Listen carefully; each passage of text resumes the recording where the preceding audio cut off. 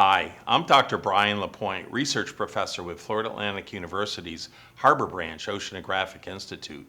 I've spent my career studying water quality throughout the state of Florida. This educational collaboration with the Florida Chamber aims to shed light on the high water levels and algal blooms that followed unusually heavy rainfall in the winter and spring of 2016. The video addresses discharges from the Kissimmee River and other tributaries north of the lake and the science-based solutions that policymakers are considering to mitigate these problems in the future.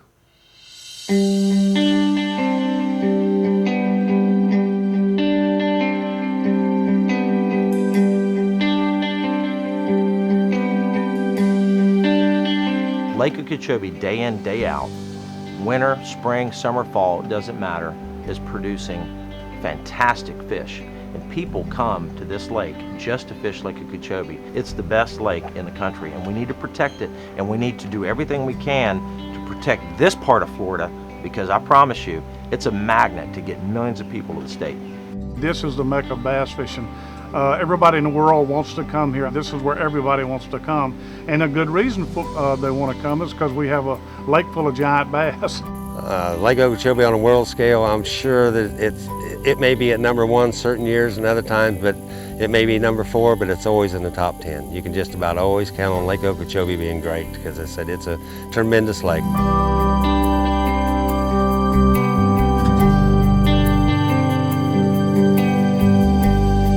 95% of the water getting to Lake Okeechobee, more than 95%, comes from north of the lake. All that water contains nutrients, naturally and sometimes in excess. And then, if the lake gets too full, it needs to be discharged to the estuaries. One thing that happened last year in 2016 is we had that El Nino winter, and we had a whole lot of rain in January and February, and a whole lot of water flowed into the lake. And what that did was it carried a whole lot of nutrients, phosphorus especially. And so when the summer came, when it got hot, when the conditions got good for algae, we just fertilized the lake with just tons and tons of water from the watershed. And so that's when the bloom exploded.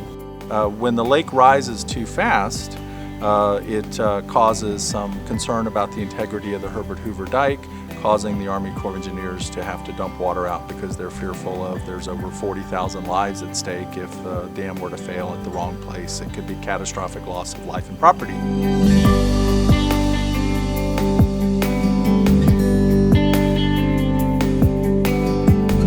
We know how to do it, and we have a lot of research and a lot of science up here, and we've been messing with this for a long time, and so we really do know how to fix these problems. We just got to come together as a society and say this is a priority. We don't want a green lake. We don't want international headlines for how terrible this is. There'll be incredible benefits to we're already seeing them, but there'll be even more benefits to Lake Okeechobee and the estuaries, because that water that is now rapidly flowing into the lake is now going to spread out across the landscape, and those biological processes where the plants will soak up nutrients and actually help the water quality downstream and the volumes of water so the lake won't rise quite as fast. I continue to meet people from all over the world that have put Lake Okeechobee on their bucket list. We have people from China, Japan, Africa, Spain. Bass fishing is zooming over there, but this is still the best place.